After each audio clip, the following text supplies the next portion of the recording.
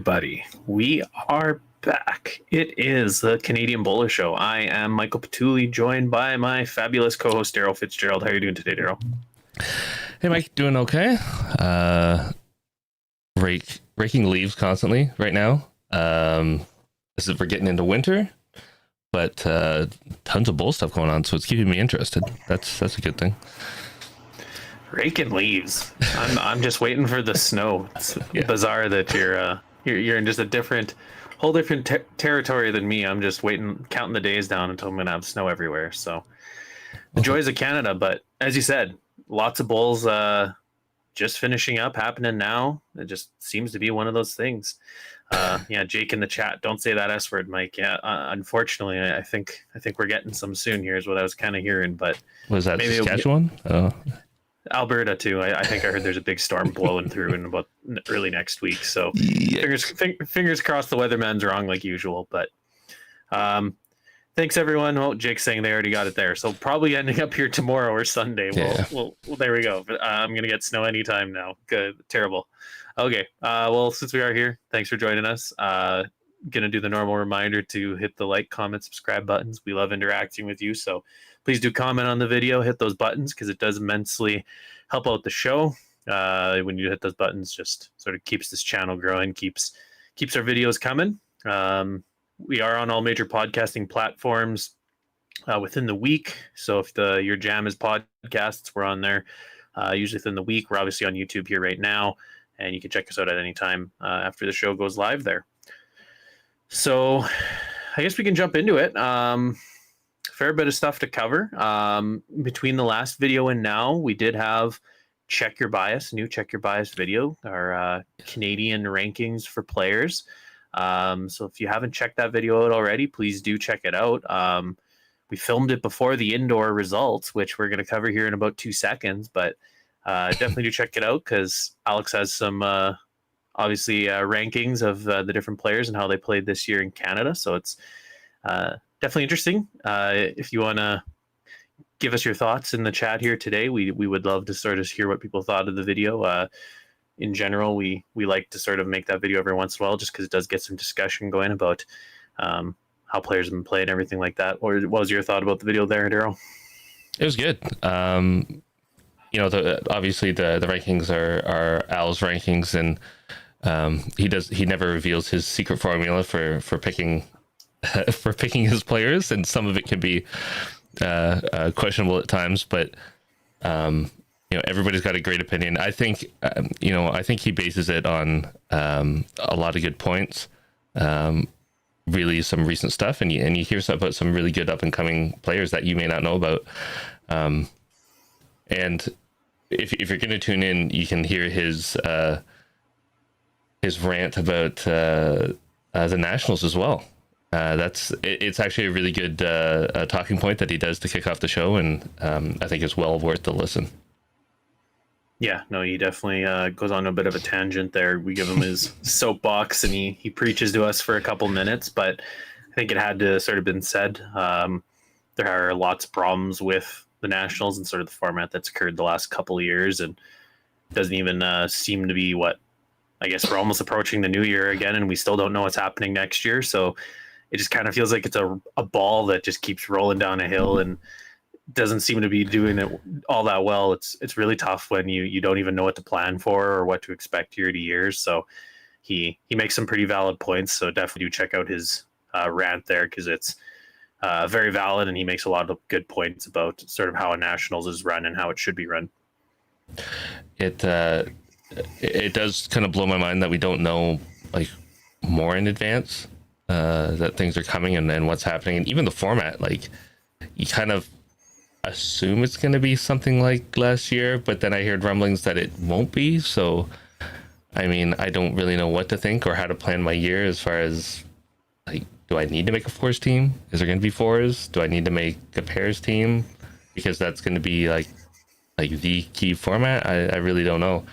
And the fact that we're scrambling so hard to get our dates and stuff lined up for the CBO, which is something that we really, really desperately want to get out there. I don't know why this has to be such a problematic thing. Yeah, like I think me and you were pulling our hair out, not being able to have more details. Well, we're going to cover that later. Exactly what's happening with the Canadian Bowler Open, but pulling our hair out. But we're going to be announcing dates, I guess, today, rather than nothing, which is Yeah. what we're getting from Bowls Canada. So good times. Okay. I guess we can move on to the results. Lots of results to cover. So last time we did a show, it was midway or 3/4 of the way through the indoor qualifier.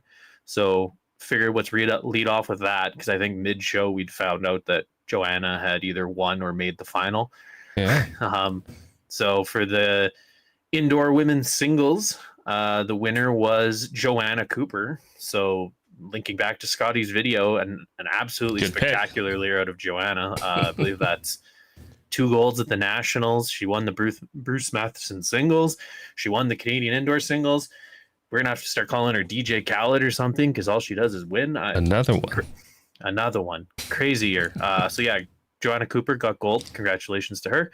Second place was Linda Ing from BC. And third place, another great year from a player, it was Jen Robinson from Alberta. In the men's side, again, another win for Pat Bird. So Pat Bird ended up winning.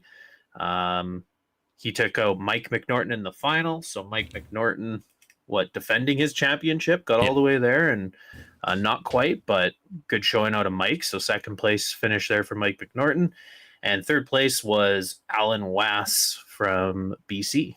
So congratulations to all of them. It was cool to have the streaming element there. They have a pretty good setup in PIBC for the streaming. So we were able to get, I believe it was kind of like the back half of the event and then all the knockout games. So it was at least good to have that streaming there. The ability to sort of keep track or see the events is obviously important. So what were your thoughts, Daryl? Really cool to see. I mean, good picks from Scotty as far as those ratings. So go check him out, because he's got some good picks in there. Are like Joanna and Pat the power couple in bowls right now? Is that what we're looking at? Because they're this year was fantastic out of both of them. So Alberta's doing something right. Yeah, there must be something in the water out there. Something run off from the mountains or something like that. I don't know. It just makes the bowlers incredible, I guess.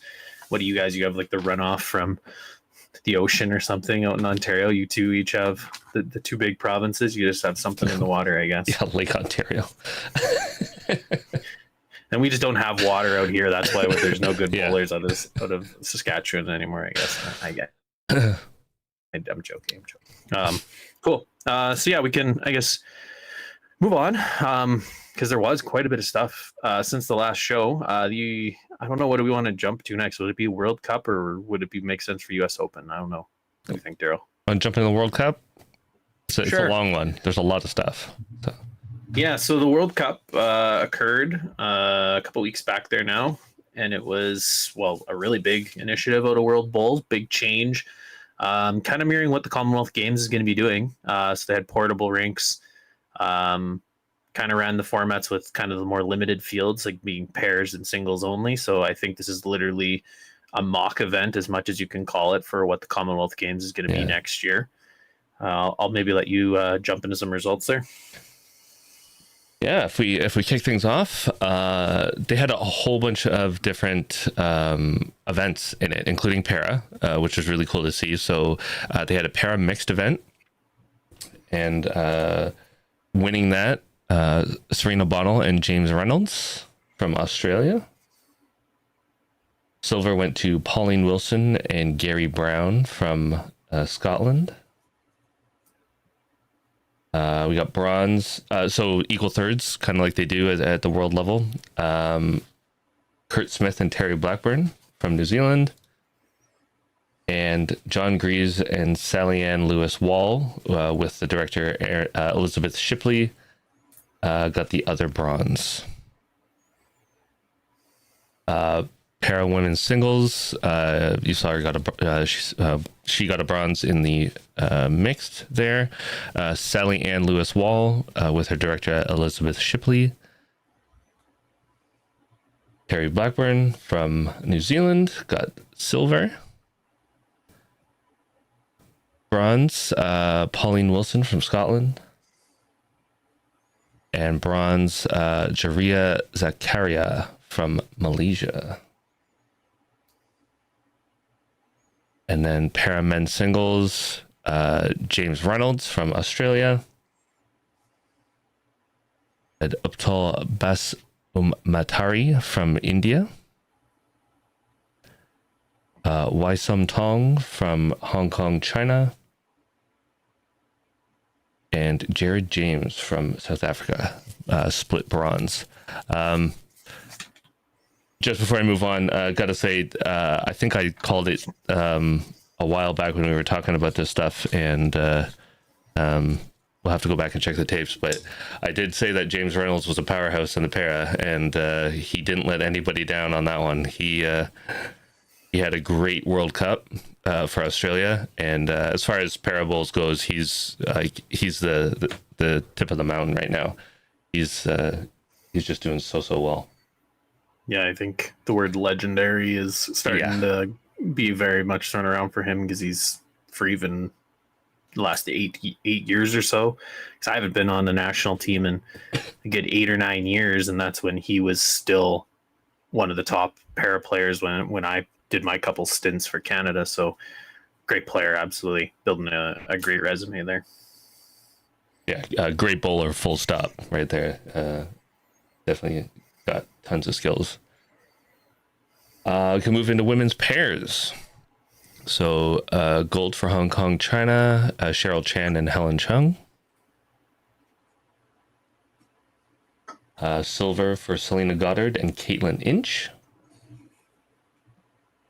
from New Zealand, sorry. And then equal bronze for Ireland, Chloe Wilson and Laura Rainey. And Canada's own, Kelly McCarran and Emma Boyd. Men's pairs from Wales, Daniel Davies Jr. and Ross Owen got gold. Silver went to Scotland, Paul Foster MBE and Jason Banks. Bronze went to Hong Kong, China, James Poe and Kaho Lee.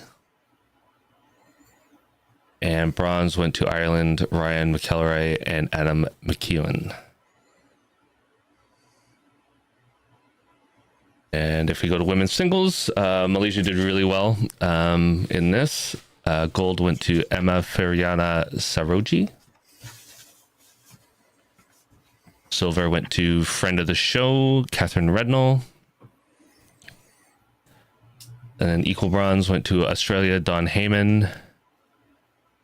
And Malaysia, Nurul Eliani Jamil, sorry. And then in men's singles, gold went to England, Sam Tolchard. Silver went to Indian Dinesh Kumar. Bronze went to Malaysia, Izzat Shamir Dulskepli. And then bronze went to Australia, Corey Wedlock. So a ton of medals handed out, but a good mix of countries. Australia did fairly well. Malaysia did very well. And then you saw Hong Kong, China, and Ireland mixed in there as well, as far as getting multiple medals. Any thoughts on the event as a whole? Well, I watched quite a bit of it streaming, and it's interesting to see the difference in a portable rink there and what you typically see out of the World Bowls Tour. You could see the portable rink they were using was probably 2 seconds slower than what we would typically see on World Bowls Tour. So it was a slower indoor. I don't know if the results necessarily show you that it kind of skews towards the players you traditionally don't see as much. So we saw a lot of the India popping up there, Hong Kong, China. But then obviously you get the normal indoor enthusiasts, England, Wales, Scotland, Ireland. So it was very interesting. good mixture across the board. I like the format personally, that it's kind of quick hitting, tournaments done pretty quick. In the end, like you'd love to see those triples and fours games as well. But I know if like you have to sort of only have pairs and singles, the format did work. I know Canada's results probably weren't as good as we would necessarily want. We did have the one medal, which is pretty nice to see Kelly and Emma getting a bronze there, because they've been playing pretty well together the last 2 years with Hong Kong Classic and then this now. So I think pretty good for them. The men on the men's side, I know Ryan and John Bear. I just literally I was searching for the name. I just literally know him as Bear now. I know the two of them did make it out of their groups, and then pairs it was the same result. So sort of a tough format for them, but I enjoyed watching it. What were your thoughts, Daryl?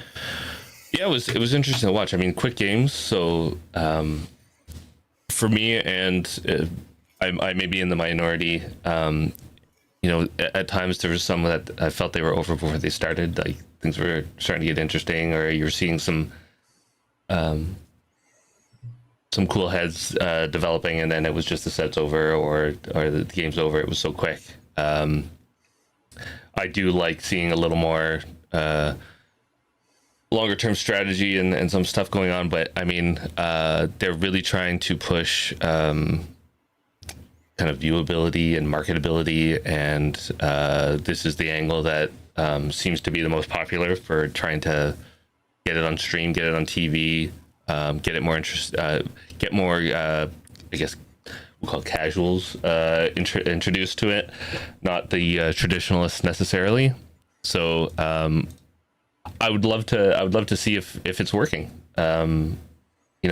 We hear that this is the way it should go, and this is kind of the format that they're leaning towards. But I would love to know if their viewing numbers or their market push and all that kind of stuff is actually working for it. Because it would be a huge interest to other countries. It would be interest to us as a streaming entity out there. If short, fast, small sets are the ones that people really want to see, then that would be a cool way to go. But good format, good test. I think it was a good test before Commonwealth Games, and there were good players all around. So I mean, the top of the leaderboard as far as all the events went, you can't argue with who's up there, and there's just really high caliber players from every country. It's crazy. Yeah, very true. So I think it's going to be a great lead up for Com Games. I think a lot of these countries kind of used it as their tryouts per se, maybe. Sort of like friend of the show, Julia Gallo in the chat saying she wished they would have televised the men's pairs final. Very good matchup between Wales and Scotland. Very good point to make there, Julia. I agree. And I think a couple of these teams were very much seeing what these people would do together, because I think like if you think about Scotland picking that pairs or that pairs singles group that's going to be going to Commonwealth Games is going to be a tough one, because like Alex Marshall and Paul Foster have done it forever. Are you going to split that up, or are you going to let Jason and Paul go? Who knows? And then I think same thing sort of with what you saw with England, Wales, even Australia. Portions of that team, split that team up, maybe add in some of the other pieces. So very interesting. I think it's going to be very fun to see what actually gets announced for the teams that will end up in the Commonwealth Games there next year. Yeah, I'm interested to see. I mean, some of these teams are going through a bit of a lineup shift or changes and stuff. The days of seeing the same players over and over and over and over and over again are starting to fade away. I mean, I think Scotland's probably the one country that has had the core group at the top for probably the longest amount of time. Like Ireland has some long-standing players that have been there forever and are still playing, but you hear about Scotland. It was like Darren Burnett, Alex Marshall, Paul Foster, and those were like the three that you expected, and then who were going to be the top two that fit into that team. And now it's, you got Jason Banks and Ian, knocking on the door, and you've got some other players that are coming up, and unfortunately, people are starting to age out as well. They're still at the height of the game, but eventually there's going to be that turnover. And when do they do that, and how do they do that? So I think they've got some interesting stuff coming up, especially for Scotland. Yeah, very true. Very very interesting to see what'll shape up here in the next year. Excited to sort of see what that Commonwealth Games show off looks like, because I think the big bowls in Brisbane is kind of the thing they've been talking about, and I think it's got to be a big show off what bowls really can be, or hopefully this short format is what they're after, and then maybe it does sort of convince people that bowls should be part of the Brisbane Games. Although I guess Julia's in the chat saying picking that Scotland team, if bowls gets into the Olympics, good lord, good luck picking that UK team that would have to to be there. I guess if you stick with the format, unless they somehow allow them all to separately represent their countries, they would be UK for the Olympic Games. So good luck with that one. We didn't even mention Stuart Anderson. I mean, he's winning everything over in WBT, so it's crazy. Yeah. Crazy. Well, good. If you want to check it out, it is on World Bowls YouTube. You can pretty much go watch that whole event if you want to see sort of what that portable rink that they were using looked like, everything like that. It is on World Bowls YouTube. Definitely go check it out if you haven't. We also got Big Bull Bob in the chat. How's it going, Big Bull Bob? Hopefully you're enjoying your warm weather down there in Arizona. Sounds like Calgary got a dump of snow, according to Jake House. So enjoy your warm weather. I guess we can move on to maybe the U.S. Open then, because it was pretty much going on when we were filming the last show, or I think it was just immediately after. Toss a photo up there and all. So for the women's fours, so we got some results. So first place was Dee McSparron, Sherry Curry, Jean English, and Pat Binney. Second place was Mary Speece, Katya Moore, Trisha Kwan, and Manya Urain. Third place was Mary Wright, Heather Hanoski, Donna Rawson, and Ava Lee. And fourth place in the championship flight, Susie Houston, Alice Birkinshaw, Julie Buchanan, and Linda Roberts. Women's pairs, first place was Katya Moore and Manya Urain. Second place was Sue Roth and Karen Schlatter. Third place was Mary Speece and Trisha Kwan. And fourth place was Susie Houston and Julie Buchanan. Just whipping through to those men's fours. First place was Phil Downs, Chris Trenchel, Scotty Marzoni, and Phil Dunn. Second was Sadri Jazari, Charlie Herbert, Gareth Cole, and Angel Roca. Third was Al Goff, Ryan Hastu, Jerry Andrews, and Armin Stoll. And fourth was Rob Humphrey, Jim Core, Tom Bernosky, and John Bernosky. I'll let you do the now. Go ahead, Daryl. No problem. Unfortunately, men's pairs couldn't find any pictures for them. So I'll quickly go through those. First place was Charlie Herbert and Sadri Jazari. Second place, Greg Wilson and Rob Law. Third place, Grant Shear and Barry Hayes. And fourth place was Rob Hoey and Jesse May. Moving on to women's singles. First place was Rachel Wolfenden from Australia. Second place, Mare Beath. Third, Jordan Koss. and fourth, Claire Day. And then in the men's singles, first was Rob McMullen. Second, Rob Law. Third, John Slater. And fourth, Steve Marsh.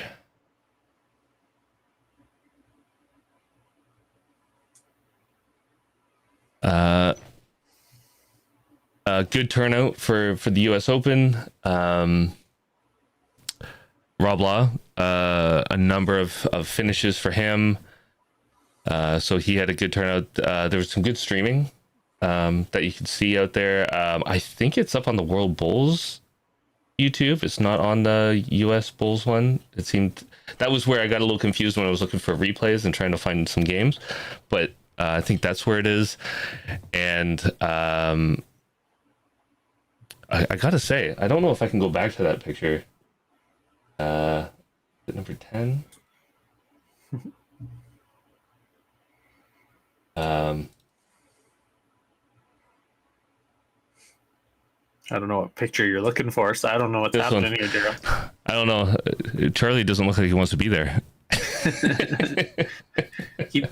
Be fair, he did just lose the Forest final, so I had to take a picture, so I get it, but I couldn't really blame him. Very, very nice to see the results. I personally would have loved to be there because I love bowling in Sun City anytime I can. It's kind of cool to see that the people who won the singles, both for men and women, were people who came from Australia.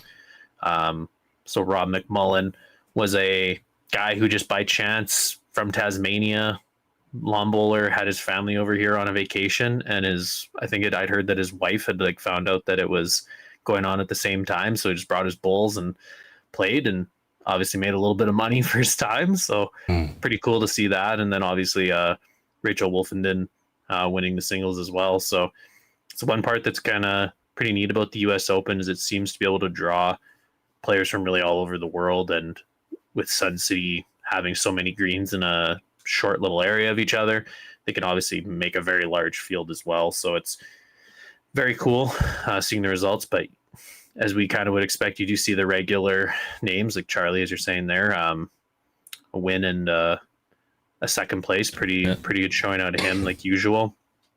And then, sorry for looking at Rob, as you're saying, Rob's had a terrific year. A couple people in the chat agreeing that Rob did have a terrific year. And Alex's rankings, he moved way up on Alex's list too. Robbie has been bowling really well. Canadian Bowler Open, US Open, Canadian Nationals. He's really put it together and obviously earning his spot on the Canadian national team very much so.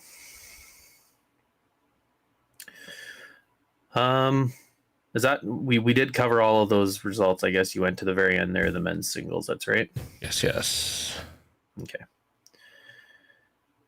So I'm just reading the chat here. Just 1 second. Yeah, I mean, as far as the U.S. Open, that's one event that I've never been to that I really want to go to. So it's definitely on the bucket list to get out there and play. I definitely want to play in Arizona if it goes back there.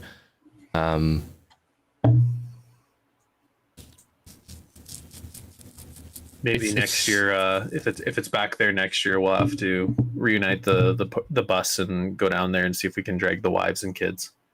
Yeah, it's fun down there, and it's quiet. It's pretty cool to see.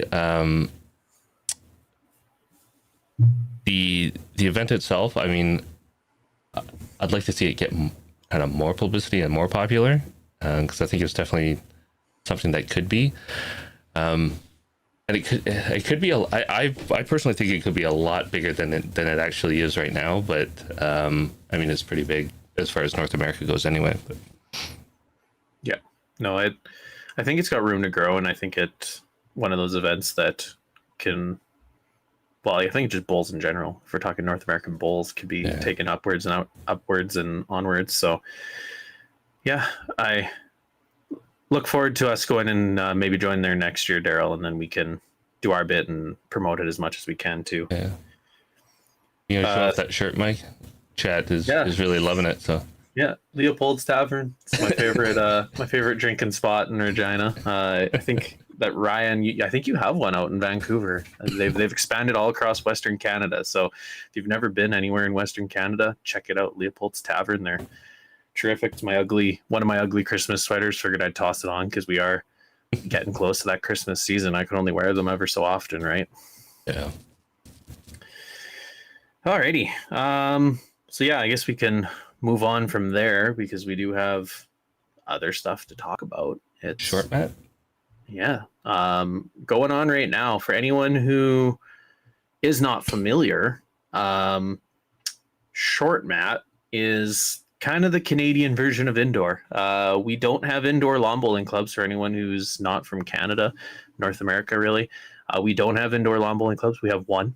PIBC out in Vancouver is our lone indoor facility. So Canadians play short mat. If you're not familiar with what it is, it's about a 20-meter carpet, if my memory serves me correctly.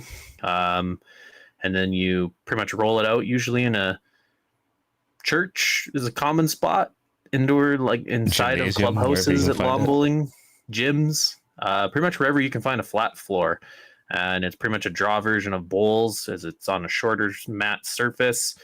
And they put a block in the middle so you cannot throw runners. But yeah, they do play it here, and we have a Canadian Championships, Canadian Short Mat Association. They ran a championship. It's going all week here.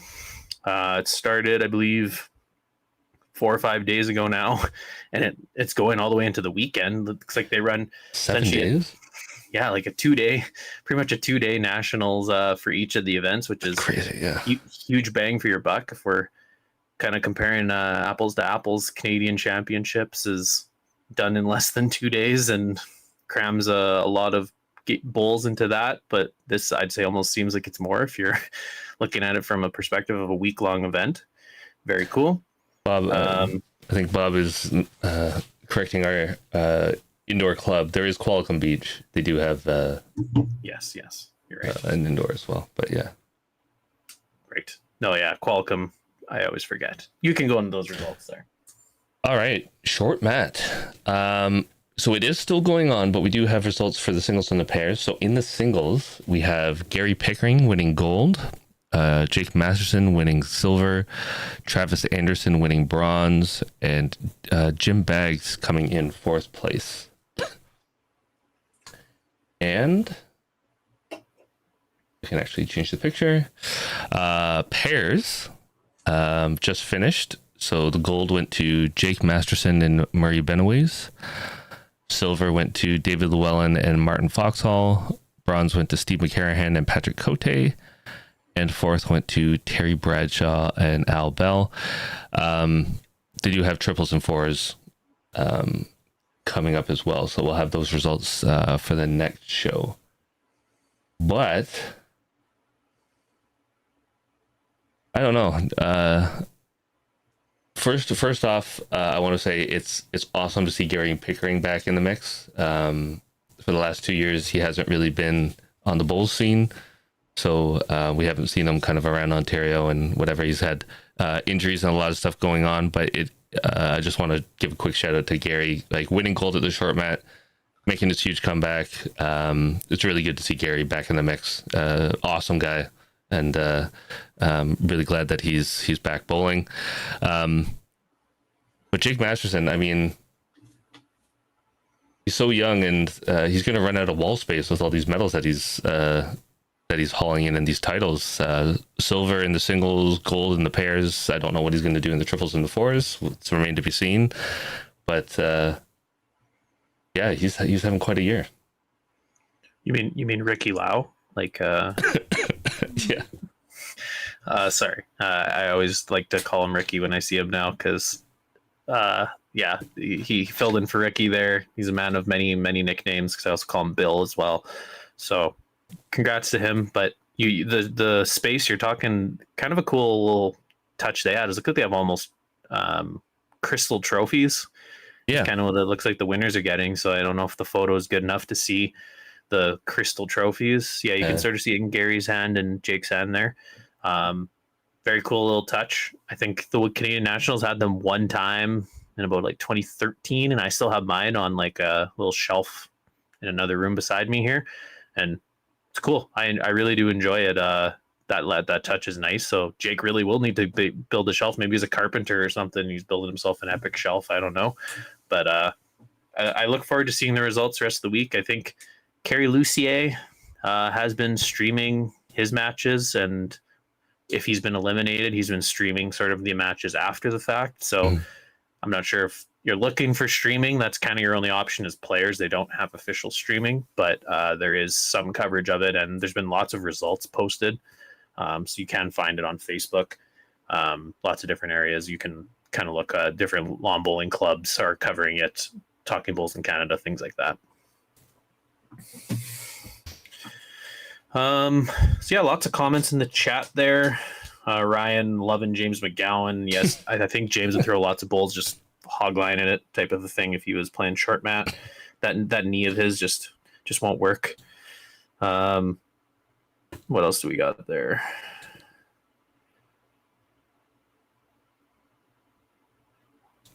Short ones at the U.S. Open. So Jake in the U.S. Open, just talking about the U.S. Open. He's gonna make his dad walk home. Yeah.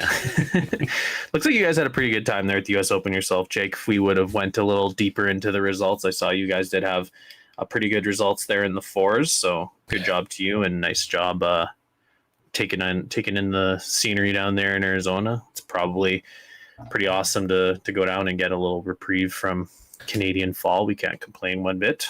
Yeah. What are you going to say? Oh, I guess in the chat, if I'm reading further chats, so we go back, you guys have been really just popping off there. We love it. We love the interactions. Yeah. We try our best to keep up with them. You guys are really going off tonight, so it's tough to cover all of them. Reggae Rollers did ask a question. I was asking about how the reps for Potter next year, heard they're playing well. So David Llewellyn is one of our reps for Potters. He's in the pairs. So that name you just saw, he got second place in the short mat, bowling very well all year. So he's been very good. And Eric Gallipo has probably been one of the top players in Canada. If you need to know Reggae Rollers, go check out Alex's rankings video. Eric was one of the big movers in that video. He had a very strong season and has been playing very well all year. So Canadian contingent, I think, will be pretty strong. The fact Eric is in both, I think that's going to lend to him being a little more consistent in that event, because he'll probably be able to catch on to that indoor as much as he can. So it's not his first time too, so he's got a little experience at least going over. He knows what to expect. Yes, very true. Yeah. And then also in the chat we got Suha thanking us for the shirt that we sent her way. Just had a kid a month ago or so, her and Ringo. So congrats to them again. I think in the last show we congratulated them. We did send them a little care package. My wife is a wonderful little crafter, seamstress, embroiderer. I don't know what you want to call her. Made a little baby onesie. We didn't grab the photo, but we did send them a little care package on behalf of Canadian bowlers. So congrats to you guys again, and looking forward to meeting the little babe whenever we come across them. So was that our results we needed to cover, or is there anything more, Daryl? That's the results. Yeah, that's all that we have right now. We'll have some more for the next show for sure, as stuff starts to wrap up. Yeah, no, we probably got one more in us before Christmas, I imagine, where we're going to be able to catch the end of the short mat, and then I guess we can jump into the next part. Is right away, we talked about it in the last show, is the World Indoor Junior Championships. Do you have that picture ready, Daryl? Dun, dun, dun. I sprung it on him. I could have done a better lead up, I guess. Yeah.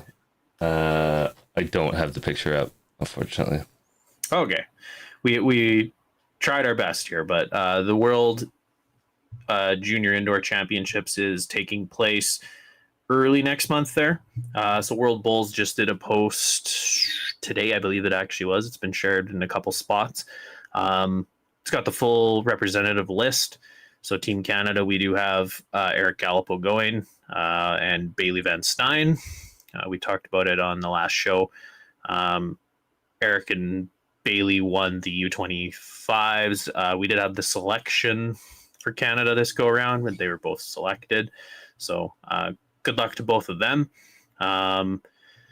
USA, if we're kind of talking about the North American content, we also do have USA representatives. We have Angel Gomez. I think it's his third kick at the can. He's been a couple times in a row now here.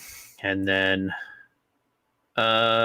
new name, but I've seen some videos of her on Facebook. Looks like her dad is Dan Lemusier, Catherine Ellie Lemusier. So it's Dan's daughter. Oh, there you go. He's got the little image. He's trying to bring it up on the screen right now. There you go. There we go. Is that the player list? I'll sort of quickly highlight it. We got players. I'm not going to go through all the names, but we got players from Australia, Canada, Cook Islands, a couple teams from England, Guernsey, Hong Kong, 3 teams from Ireland, Israel, Macau, China, Malaysia, New Zealand, Norfolk Island, Scotland, Singapore, South Africa, USA, Turkey, and Wales. So pretty good mixture. Good showing across the board. I like to see kind of a good mix up of all the different countries, because kind of is unfortunate sometimes when you see the events. Like I think when it used to be the IIBC and you had 4 entries from England or 3 entries from Scotland and then like just a couple other countries. This you're getting a very good mixture across the board, so it's much more of a world representative, and I'm very excited to see how the Eric and Bailey shape out there. Yeah, I actually remember I did my first coaching stint over in Australia when it was still outdoor, and some of the smaller countries pulled out, and so that made a weird draw, and they had 9 different representatives from Australia because they just kept filling spots. So it didn't quite make for a nice mix, but that's early stages of the junior event where they're trying to make draws even, and countries keep pulling out at the last minute. It makes it really difficult. Yeah, running an international event is, I'm sure, a nightmare, because we run what we'll call ourselves a Canadian or a North American event, and enough people drop out of that, let alone if you're traveling across the world. I'm sure it's a whole different story. So good luck to all involved there. Currently, there is the Hong Kong Classic going on. So we do have Canadian representatives at the Hong Kong Classic. If I just quickly go over that, the singles was not the greatest results across the board. Both of the men's teams ended up losing out in the first round of the singles, so it wasn't probably what they're after, but that's Pat Bird and John McDonald for anyone. Juan McDonald. In the ladies event, it's singles. We have Joanna Cooper and Linda Ng. Linda did win her first round. Joanna did not, but Linda lost out in the second round of the singles there in the Hong Kong Classic. And then currently they're playing the last day. I think with the time change, they're just starting the last day right now. I think it's the morning. So Canada is, I think, out in both events. The men pairs are currently 3-7, and the women's pairs are like 4-5-1. So pretty much 500 record for the ladies in the pairs, and the men a little south of that. So probably not the results they were after, but I know it's you're still there. You're still competing against some of the world's best, and getting those reps in is always important. So good luck to them in their last game or two. I think there's only 1 or 2 games left today, so good luck to them. Hopefully they can get back to 500 or above 500, whatever it is, and sort of just go on from there. Okay. So that does it for results. Beginning of the show, we did talk about it. We do have some info about the Canadian Bowler Open. So we are bringing it back. Believe it or not, Canadian Bowler Open will be happening again next year. Daryl and I are very deep in the planning stages at this point. We took maybe a month off of just not thinking about the tournament, and then we started to really work on it here in the last little bit. But it's just one of those things where when you're talking with different clubs and you're trying to plan everything like that, it's tough to sort of give full announcements all at once. But we're comfortable at this point to announce to you the dates for next year. So for anybody that is wanting to sort of pencil it into your calendar, we're sticking to the Labor Day weekend. We can confirm that for you. We like the Labor Day weekend. It falls, as the Canadian calendar goes, for Nationals. It's usually a week and a half after Nationals. This year, the Labor Day weekend is cycling kind of forward. Smacked my mic there. Sorry, everybody. It's cycling forward, so it's a little bit of a later Labor Day this go around. The event will be September 4th to the 7th, 2026. So if you want to put that in your calendar, September 4th to the 7th, 2026. We don't have specifics about what exactly is going to be happening, because that is the deep planning we're doing. If I were to sort of take you into the back room of what's happening, Daryl and I loved what happened last year. We ran the event and we thought it went really well, kind of across the board. Obviously, expanding was, I don't know, interesting, tough, but like something we definitely were able to manage, and we enjoyed it. And I think the players enjoyed having that larger field, having that larger payout. So our vision is obviously to keep expanding. So that's currently what we're working on, is seeing how we can expand the event and make it really just a great event for anyone that's willing to play in it. So September 4th to 7th, that's what we'll tell you now. We're going to probably, our next show, I imagine we're going to have one shortly before Christmas. If I were to give you a date, we're going to have another show, and that might just literally have updates about the Canadian Bowler Open. I don't know. We'll have a little, obviously the couple other things we've talked about, we're going to have that to cover, but we'll have more info then and more details specifically about what the event is going to be, and then sort of registration information. That'll probably be the important thing for a lot of people. We're going to probably open registration early in the new year there, so we'll have much more concrete details and information about what the event's going to look like next year. Yeah, I see some chatter in the chat. Let's make CBO a week and add fours. So we've had talks about all different variations of what we could do next, what expansion might look like if we needed to expand, and what we can do for this year to make it bigger and better. All I can say is we've hit some speed bumps along the way, and what we're doing is we're trying to make it just as good as last year, try to squeeze out a little bit more, see if we can get some more entries in there and make it a little bit better and a little bit more fun for everybody for this year. And then if the excitement is still there, and we get the feedback from the players that they really want us to add on to it, that'll be definitely something that we take under consideration. It is a lot of work, especially for the clubs and the volunteers. So we just need to make sure that everybody's on board for anything that we do next, because it can't just be the two of us and what we want to do. It's got to be an involvement of all the clubs and all the people there in Calgary that make everything happen. So a lot of planning, a lot of stuff to go on, but I'm really excited to start making more announcements. So just pencil that weekend in and make sure that you stay tuned to all of our socials so that you know when registration opens up, you get right in there and start registering yourself. Yeah, like I don't know if we can state that more apparently. I think Ryan's in the chat there, and he says it's sort of like the Field of Dreams, build it, they will come, turn in whatever we want, and people would play, and it's pretty realistic. The event has filled up very quickly. Yeah. Each of the last 2 years, I think a lot of people, word of mouth, have let people know that it's a great event and they've enjoyed playing in it. So when we do sort of get that info, we're going to try and publicize it as much as we can and make it abundantly clear to people that the registration is open. It's probably going to fill up very quickly.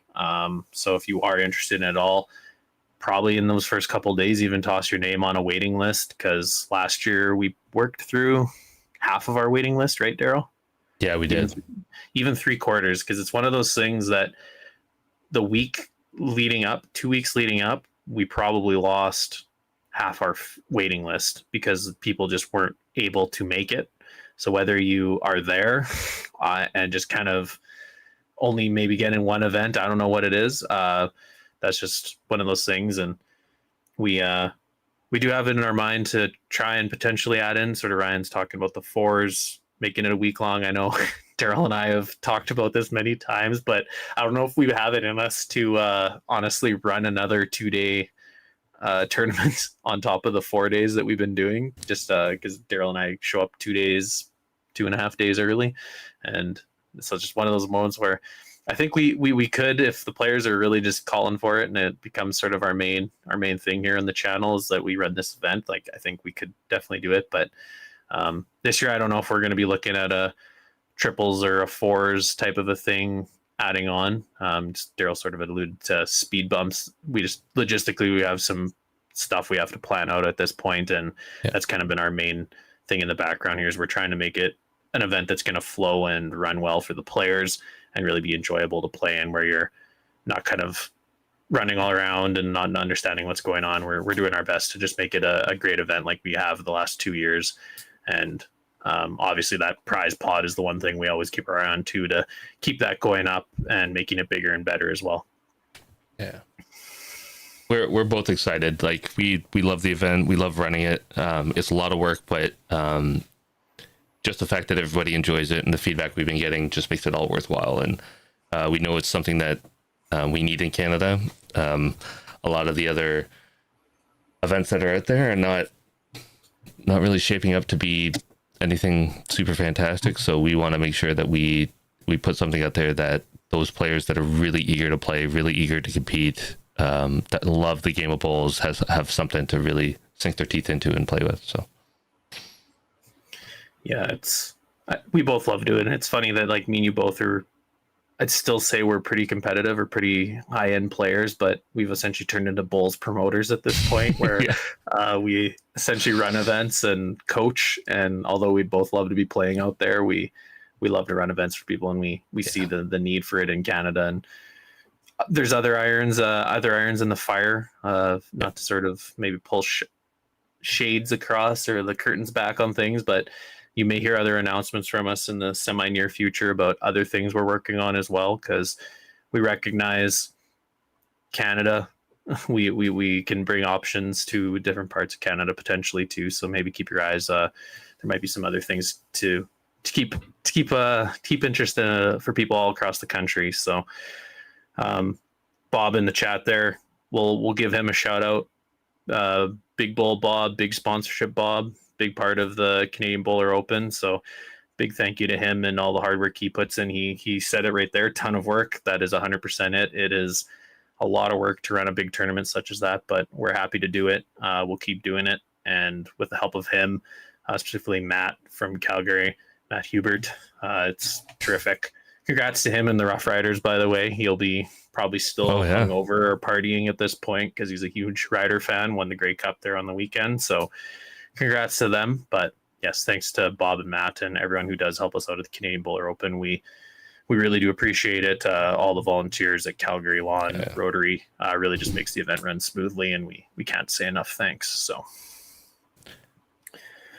okay. We've already arranged with the military, Ryan, that we're gonna have the flyover again this year. So don't worry about it. It's not a problem. We'll make it happen. Although timing wise, we're gonna have to figure that out, right, Daryl? Like, I guess will the finals actually line up with it again? We might have to work real hard to make that work. Find out whatever the Labor Day game is in Calgary and figure that out. But that's funny. Was there anything else we had to cover, Daryl? I don't think so. We're really excited for stuff that's coming out. We are looking to bring back a different flavor of Coach's Corner moving forward. Mike and I have kind of been working behind the scenes together to do more of a back and forth between the two of us as coaches, talk about hot topics and coaching things, and then we'll be working in kind of some of the old format stuff where we actually talk about tactics and strategy and developing skills and so forth. So we're trying to bring back that Coach's Corner. It'll be a kind of a separate segment from the show. I think we found that it's probably a little bigger than something that we can churn out every single show, but we'll definitely be doing a regular series on that. You can see that over over the winter. So hopefully, we could just keep churning out some good content for everybody and keep you guys entertained in the off season. Yeah, very true with the Coach's Corner. It's been filmed, by the way. Yeah, it's there. We're in the edit process, so probably by the time the next video or I guess our next podcast happens, very strong possibility it's either going to be out or be released shortly after. So be excited for that. We're going to try and release those probably in about every month. I'd say every month we're going to probably drop one of those at a clip. We have matching hats by fluke. Bob has pointed it out. We have matching hats, but that is Identity Promotions. Big Lou, my brother from another mother, was the man behind the Canadian Bowler Open merchandise this year. I guess Daryl's got that wonderful sweatshirt on. If you are interested in Canadian Bowler Open merchandise, we do have it available. We have a limited selection of both hats, and we don't have the blue sweaters anymore. Actually, we sold the last one, so we're down on just gray sweaters at this point. So if you are a large man and you want a gray sweater, we have 2X and 3X left in the gray sweaters. But Lou, Identity Promotions, hooked us up. Just a fluke. We both ended up wearing this hat today, but they're terrific hats. He has great hats, and Canadian Bowler Open hats are pretty terrific too. So Identity Promotions, Lou Handley, terrific guy to work with. If you do need any clothing, apparel in the Alberta area, I imagine he could help you if you're not in Alberta too, but I would check them out. They're great people to work with. CBO baseball jerseys, we'll be doing hopefully something with that. That was a test run, but everybody every year we wear them has said something about them. So that might be part of our merch. And Mike and I will be working kind of during the winter also on developing some more merchandise stuff, just general stuff for the channel outside of the CBO. But hopefully next year we'll have another run of cool Canadian Bowler Open merch that you can check out. Mike and Lou did a really excellent job on those things. That was their project leading up to it. Yeah, I guess we'll toss those baseball jerseys on next one, and we'll maybe start grabbing some orders in the chat. So if people want orders next time, pretty much their standard Canadian Bowler, but it's a baseball jersey and it has our fantastic Beaver logo on it. So if you're interested in that, next time we'll wear them. People are interested, we'll put in an order in the early new year and ship them out to everyone with whatever number, and it's got your name on the back, stitched, everything. They're pretty sweet, so we'll get those out. Alrighty. Is that it? Daryl? I think so. Yeah. Okay. Well, thank you for all the terrific comments in the chat tonight. We really do love interacting with everyone there. It's been great to see the back and forth, the banter. What we've learned is James McGowan has a terrible delivery, so that's great to know. The Canadian Bowler Open, we may actually allow him to bring a delivery aid and switch mid-game. We may even allow him to switch to size 000 bowls if his little hands can't handle his bowls or something like that too. But we'll call it the James McGowan rule. Quick reminder, if you haven't hit those buttons, Daryl's flashed them while I was making fun of James. I love you, James, by the way. Hit those like, comment, subscribe buttons. Please do, because it just drives us forward as a channel when you do hit them. When you have a YouTube channel, it helps us so much when you do hit them. So please do hit those buttons. We really would appreciate it. Yes, thanks everyone. Already got people saying they want the baseball jerseys, so yes, we'll wear them. We will model them next time, just so people who are watching do it. We'll probably have a price for you at that point too, and we'll be able to get them ordered and go from there. So, thanks everyone for joining us. Very excited for the results as they come along here, and very excited to pass along Canadian Bowler Open info for your next show. So, thanks for joining us, and with that, mail your bowls be touchers. See ya.